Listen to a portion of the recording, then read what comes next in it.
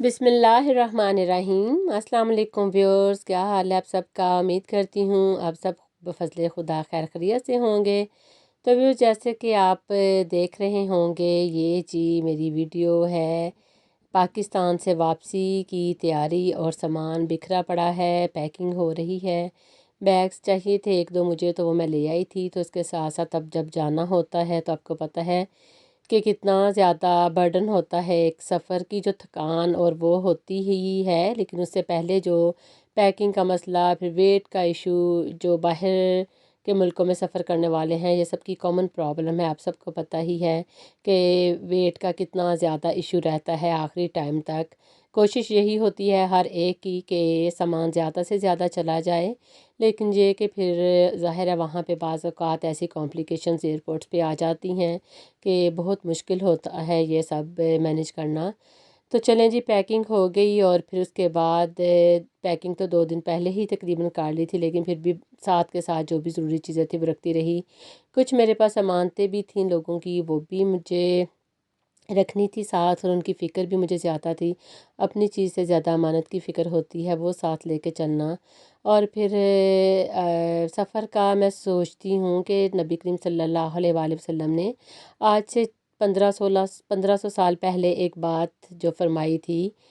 हदीस है कि असफ़रा तो कितातुन मिनल अज़ाबी, कि जो सफ़र है वो अज़ाब का एक टुकड़ा है। तो मैं सोचती थी कि उस ज़माने में तो सफ़र करना बहुत मुश्किल था, घोड़ों पे और ऊँटों पे और सफ़र करना, और फिर कई कई महीने लग जाते थे। और शायद इस वजह से ये बात कही गई थी कि सफ़र अज़ाब का टुकड़ा है।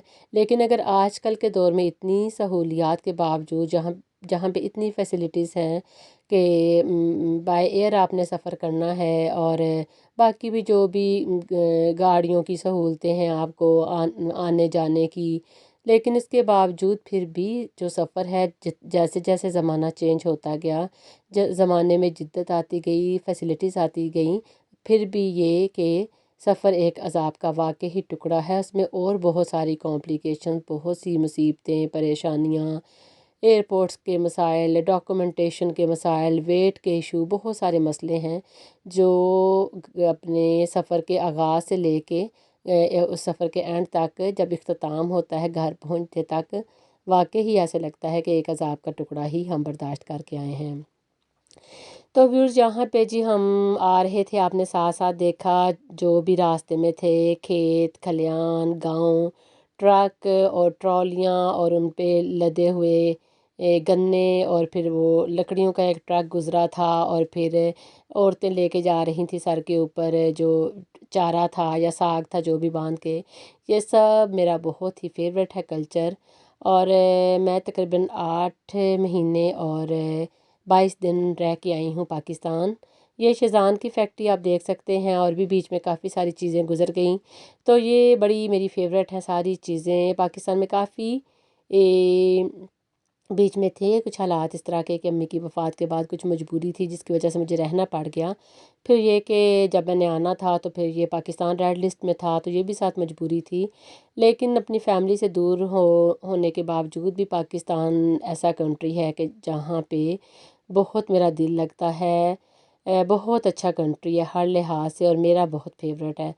हाँ, अलबत्ता ये कि पाकिस्तान में अगर पैसा हो तो फिर पाकिस्तान बेस्ट है, और ये कि जो जमात की हैं पाबंदियाँ वो ना हों, तो इससे इससे बेहतर कोई मुल्क नहीं। ज़ाहिर है हमारा मुल्क है, हम इस मुल्क में पैदा हुए पले बढ़े, तो इसलिए इससे मोहब्बत भी है। तो व्यूअर्स, ये जी रास्ते में हम रुके थे सुखे की में, वो मार्ट बने हुए हैं अच्छे बड़े खूबसूरत से, और वहाँ पे ये बारबेक्यू और बेकरी का सामान और खाने पीने की चीज़ें और चाय कॉफ़ी, हर तरह की सहूलियात है वहाँ पे। पाकिस्तान ने माशाल्लाह बहुत तरक्की कर ली हुई है, बहुत अच्छी अच्छी चीज़ें हैं वहाँ पे। वहाँ पे हमने सैंडविचेस वगैरह खाए, कॉफ़ी पी, और उसके बाद फिर अगला सफ़र शुरू किया। अब हम लाहौर पहुँच गए हुए हैं। ये गुलबर्ग का इलाका है, और ये तकरीबन 9:30 पौने 10 का टाइम हो चुका था हमें लाहौर में एंटर होते हुए। तो अब यहाँ से हम जा रहे हैं घर।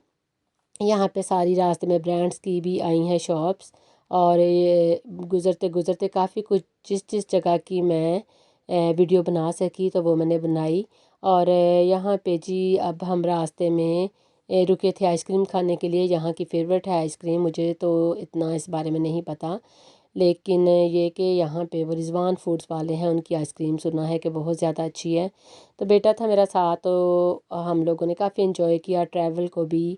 تو یہاں سے پھر آئس کریم کھانے کے بعد آگے ہم گئے، اور وہاں پہ تھا، وہاں سے کیک لیا گھر لے کے جانے کے لیے، کیونکہ میں اپنی بھتیجی کے گھر جا رہی تھی، میرے جیٹ کی بیٹی ہیں، تو ان کے گھر میں نے ٹھہرنا تھا 2-3 گھنٹے، اور یہ آئس کریم کھائی ہم نے یہاں سے، اور پھر آگے گئے۔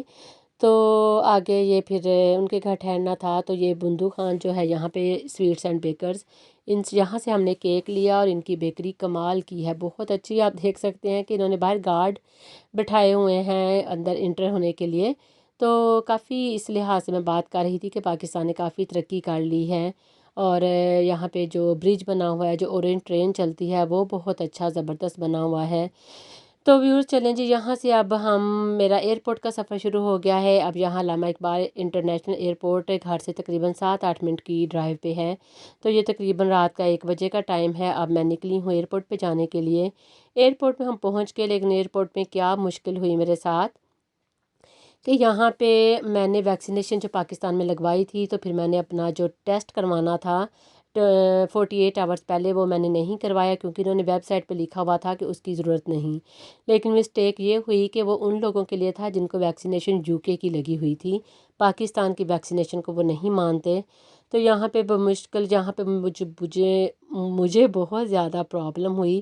بہرحال اللہ اللہ کر کے یہ سارے معاملات کلیئر ہوئے، اور اس کے بعد پھر میں بیٹھی پلین میں، اور یہ راستے کی تھی تھوڑی سی ویڈیو پلین کے اندر کی، کھانا وانا کھایا یہاں پہ جو بھی تھا۔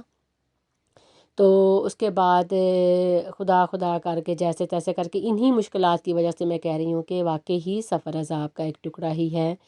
تو بہرحال خیر خیریت سے خدا خدا کر کے ایک لمبا عرصہ پاکستان گزارنے کے بعد میں خیر خیریت سے پہنچ گئی لنڈن واپس۔ تو چلیں ویورز، اگر آپ کو ویڈیو اچھی لگے تو پلیز ویڈیو کو لائک کر دیں، شیئر کر دیں، اور مجھے دعا میں یاد رکھیں، اپنا بہت سا خیال رکھیں۔ میں حاضر ہوں گی کسی نئی ویڈیو کے ساتھ۔ اوکے جی، اللہ حافظ۔